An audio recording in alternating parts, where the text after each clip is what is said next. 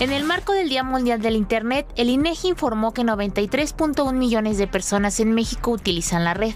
Equivale al 78.6% de la población mayor de 6 años. El dispositivo más común para conectarse es el celular. Los productos y servicios que más se piden en línea son los artículos de higiene personal, bienes para el hogar, alimentos, transporte por plataforma para realizar viajes y boletos para espectáculos. Por otra parte, el Instituto Nacional de Transparencia emitió 10 recomendaciones para navegar de manera segura en el ciberespacio.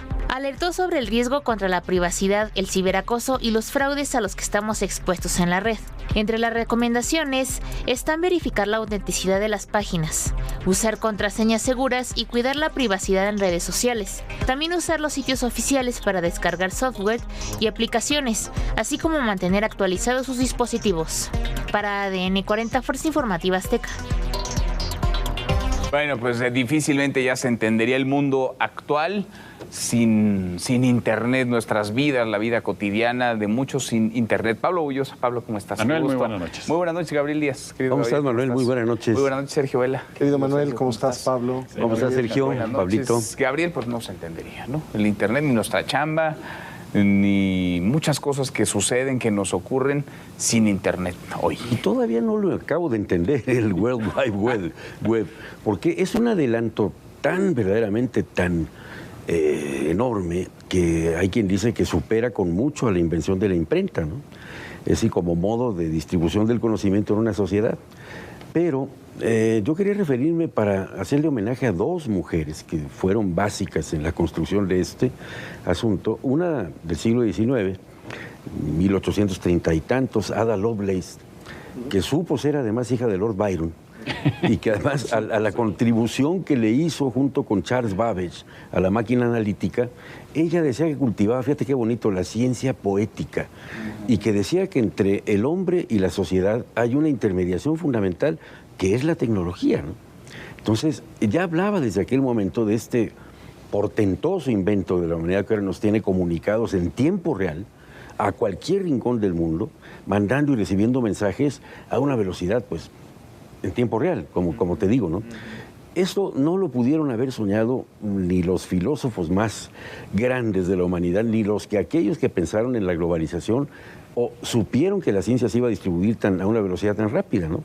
Y hoy en día tienes aquí, en te iba a decir, pinche aparatejo, ¿sí? La Biblioteca de Alejandría, la Biblioteca del Congreso, tienes todo el conocimiento del que puedes ser capaz de obtener y aparte puedes enviar mensajes. El impacto que ha tenido además en la sociabilidad de este asunto, muchos dicen que separa a los cercanos y acerca a los lejanos, ¿no? Y que la gente se la pasa metida en el aparatito ¿no? Pero bueno, es un arma de muchos filos y eso lo podemos ver después. Depende cómo la utilice. Sin embargo, esto de veras es una maravilla de invento.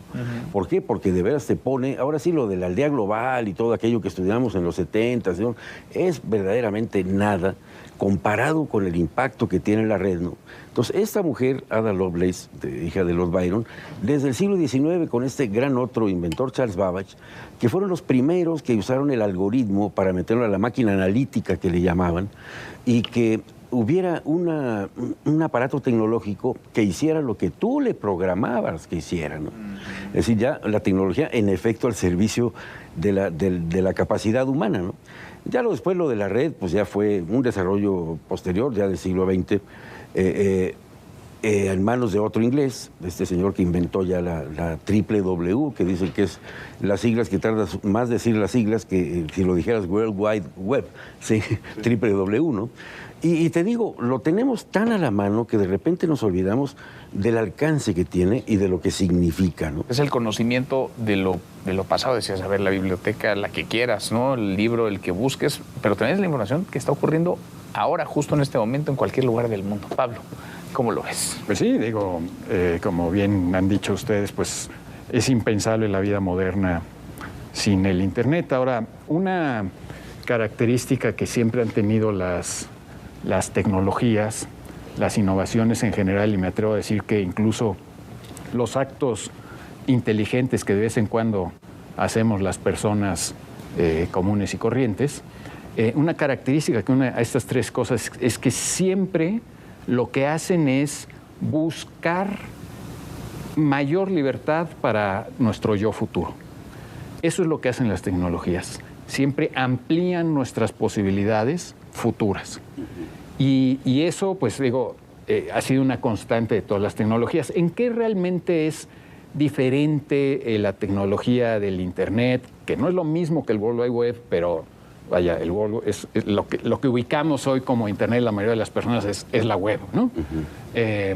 Pero de hecho el Internet es muy anterior, viene del ARPANET, de un proyecto de defensa de Estados Unidos, que sería interesante en algún momento recordar su historia. Pero a lo que voy es a esta idea de que lo que está haciendo... bueno, ya se me fue un poquito el hilo, así que mejor pregúntale a Sergio, porque no voy a... Bueno, puedes búscalo Conéctate en a la internet. red. Me voy a conectar a la red para volver a agarrar. Ahorita te encuentras. Bueno, a ver, yo creo que aquí hay varias cosas que amerita cierta reflexión. La periodización de la historia, es decir, dividir la historia en determinados periodos, es una forma, digamos, de entender cuáles son los cambios que resultan más trascendentes. Por ejemplo, se habla obviamente de la prehistoria antes de que exista la escritura. Todo esto son convenciones, porque nadie dijo a partir de ahora, del día de hoy, es la Edad Media y deja de ser la Edad Antigua, ¿verdad? Pues había por ahí una traducción que citaba Alfonso Reyes de Madame Dacier, que decía, nosotros, los hombres de la Edad Media, bueno, a ver, es un anacronismo, pero si bien no podemos saber cómo dentro de unos siglos o décadas se juzgue y se procure entender esta época, puede ser la época nuclear, puede ser la época de la exploración espacial, pero sin duda uno de los cambios más significativos ha sido justamente la informática, la revolución informática. En este momento podríamos hablar que estamos en la época informática o en la edad informática o en la era informática. Es una posibilidad para fijar una nomenclatura para nuestro tiempo, aunque la historia lo dirá después. Efectivamente, cuando Tim Berners-Lee, que es el inventor del WWW, World Wide Web, empieza a trabajar en el año 1989. Esto es muy interesante, lo hace en el CERN, que es el Centro de Investigación, Centro Europeo de Investigación Nuclear. Ahí es donde logra establecer justamente esta serie de protocolos. Y hay que distinguir, como se mencionaba, no es lo mismo el Internet que la WWW. Básicamente, el Internet se considera como un conjunto descentralizado de redes de comunicación, mientras que la WWW es un conjunto de protocolos que permite la intercomunicación entre computadoras. Entonces, del muy modesto origen, en 1969, del ARPANET, que consistió en conectar 3 computadoras de 3 universidades estadounidenses en California. Y sí, había un propósito defensivo. Mucha de la tecnología que hoy puebla nuestra vida cotidiana proviene de la investigación de los viajes espaciales y otra es de la industria militar. Es elevadísimo. Ahora bien, sí, coloquialmente hablamos de Internet y no distinguimos si es WWW o es el Internet, que si es género próximo, diferencia específica. Lo cierto es que estamos frente a algo que es avasallador. De un modesto origen, como decía, de conectar 3 computadoras a tener telefonía, radio, mensajería. Esto es cualquier cosa menos un teléfono. Lo usamos mucho menos para hablar por teléfono. Casi no hablamos por teléfono. Y hay muchísima gente que ya ni siquiera tiene teléfono fijo, cuando antes era absolutamente indispensable, ¿no? Pero bueno, blogs, redes sociales. Y claro, ahora está el otro tema que está en efervescencia y que tampoco podemos vislumbrar a ciencia cierta, ya lo hemos comentado aquí y volveremos seguramente porque es un tema vigente, que es la inteligencia artificial, que ya incluso es algo, es divisa tan común que ya incluso se le dice AI o se escribe nada más AI, Artificial Intelligence, o IA, ¿no? Inteligencia artificial en nuestra lengua, de tal manera que empieza a convertirse en algo cotidiano. Empieza a haber también hasta máquinas para detectar los plagios a través de la inteligencia artificial.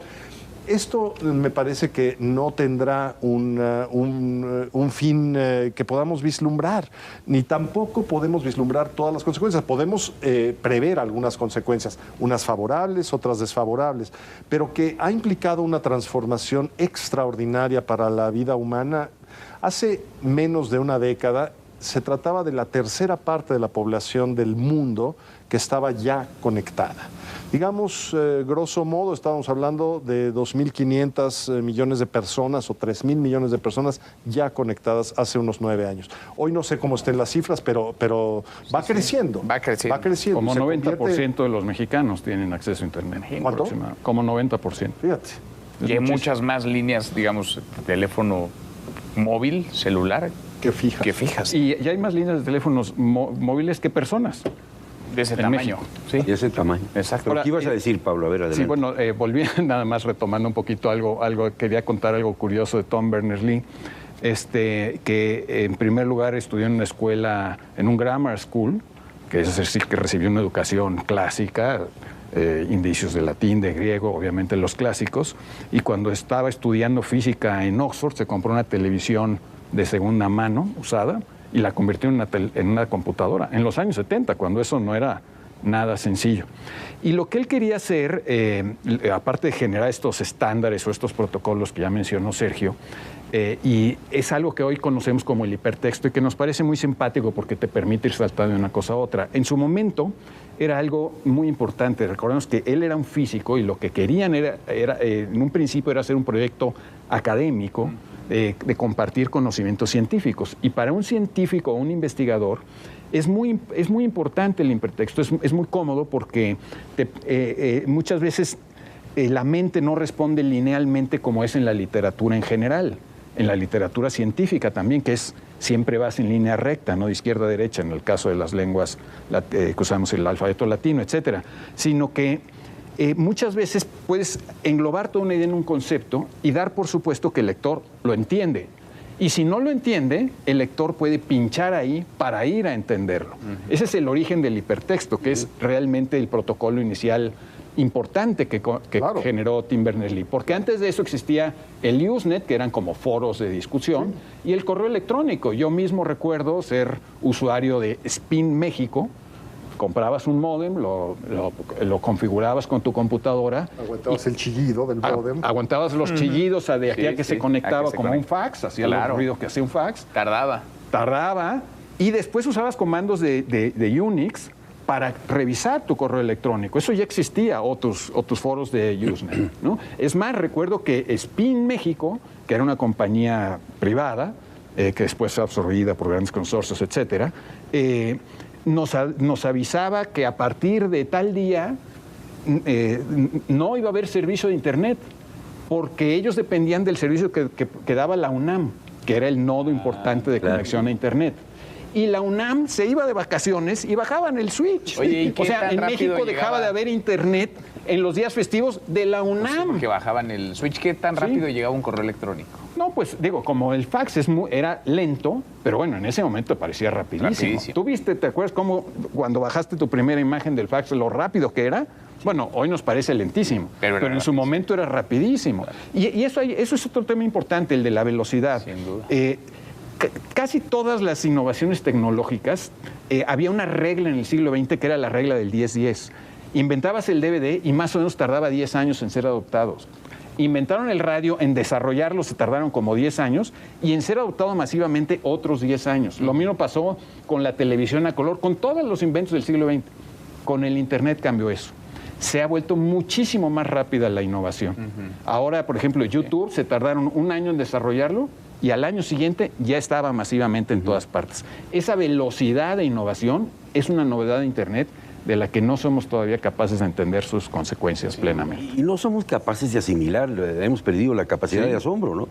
Pero yo todavía recuerdo en los primeros 70s que yo viví en la Gran Bretaña, hablar a México era imposible, era verdaderamente muy por caro. larga distancia, Por ¿no? larga distancia era una cosa verdaderamente cara y penosa, ¿no? La conexión con la operadora, qué sé yo. Sí. Y pensar que ahora estás en tiempo real con esto y lo estás comunicando. Puedes hacer lo una que tú llamada quieras, voz, a la- imagen, mensaje. al lugar del mundo que quieras. Al lugar del mundo que quieras, ¿no? Y yo recuerdo cuando en el CIDE, ya estábamos cerrando la década de los 70, principios de los 80, llegó el fax. Y estábamos impresionados porque teníamos esa innovación tecnológica en un centro de investigación del tamaño del CIDE, ¿no? Todo eso que ahora nos parece tan cotidiano, ¿no? ¿De qué tamaño era la computadora de la UNAM? Bueno, yo recuerdo la primera computadora que vi, estaba en una empresa privada y era todo un pasillo donde había secretarias perforistas, perforando tarjetas, y al final un cuarto enorme con ventiladores en una computadora que ocupaba todo un cuarto y que tenía 1000 veces menos potencia que Mil tu veces teléfono. menos potencia que este aparatito. Imagínate, ¿no? Este conjunto de protocolos que es la WW, lo que permite es la consulta remota de archivos. Y justamente lo que decía Pablo, sin el vínculo, sin la liga, sin el hipertexto, no se entendería la función de la WW. Es justamente cómo se va ramificando y es un bosque gigantesco. Y es un bosque que debemos aprender a recorrer. No basta con tener el acceso a la WW. Claro. Hay que saber navegar. Hay que saber. Y Porque para te puedes eso perder en un mar necesitamos de- una buena educación Sí, que nos permita que sea funcional la escritura y la lectura. Porque de otra manera, nada más lo que hacemos es ver algunas cosas graciosas. Sí, no, porque encuentras cosas de mucho valor Absolutamente. y encuentras unas Unas barbaridades. cosas que, hijo, Pero así es la vida. así es la El vida. arma de tres Así filos. es, tal Y la cual. libertad. Querido Sergio, muchas Gracias, gracias. querido Gracias. Manuel. Gabriel, gracias. Manuel. Muchas gracias, gracias. Sergio, Buen fin de Gabriel. semana. Acá nos vemos el lunes. Pásela muy bien.